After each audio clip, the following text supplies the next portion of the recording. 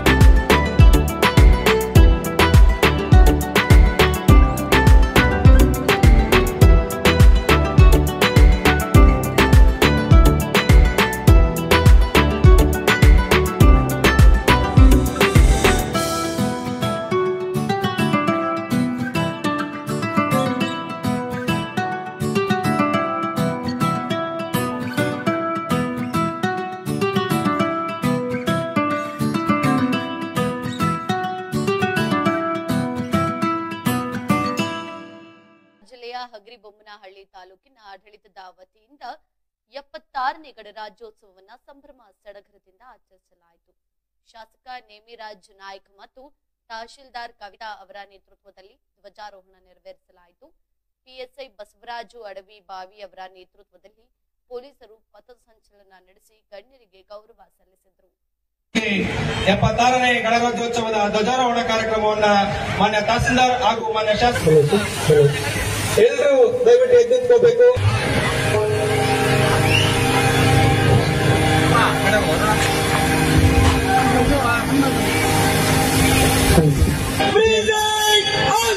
ಜನಗಣ ಮನ ವಿನಾಯಕ ಜಯ ಹೇ ಭಾರತ ಭಾಗ್ಯ ವಿಧಾತ ಪಂಜಾಬ ಸಿಂಧು ಉಚ್ಚಲ ಜಲಧಿ ತರಂಗ.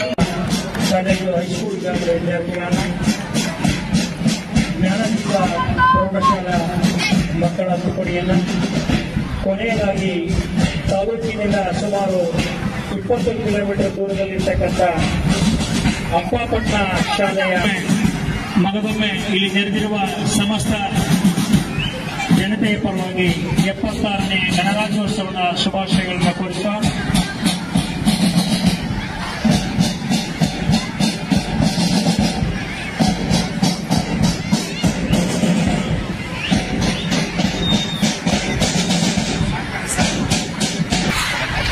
ವಂದನೆಯನ್ನ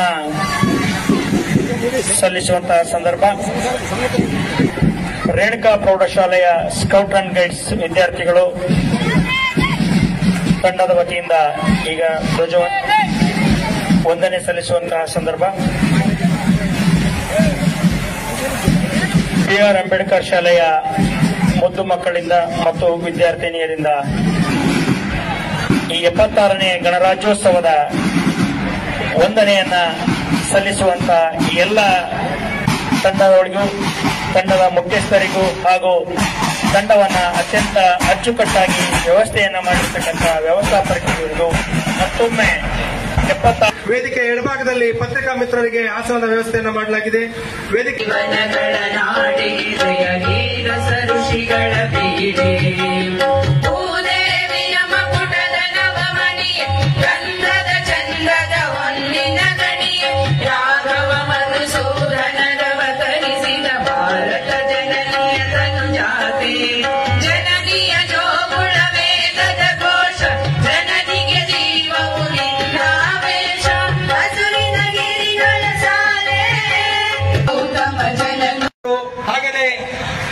ಎಲ್ಲ ತಾಲೂಕಾ ಮಟ್ಟದ ಅಧಿಕಾರಿಗಳು ಹಾಗೇನೆ ಎಲ್ಲ ತಾಲೂಕಾ ಮಟ್ಟದ ಅವರು ಚಾಲನೆ ನೀಡ್ತಾ ಇದ್ದಾರೆ.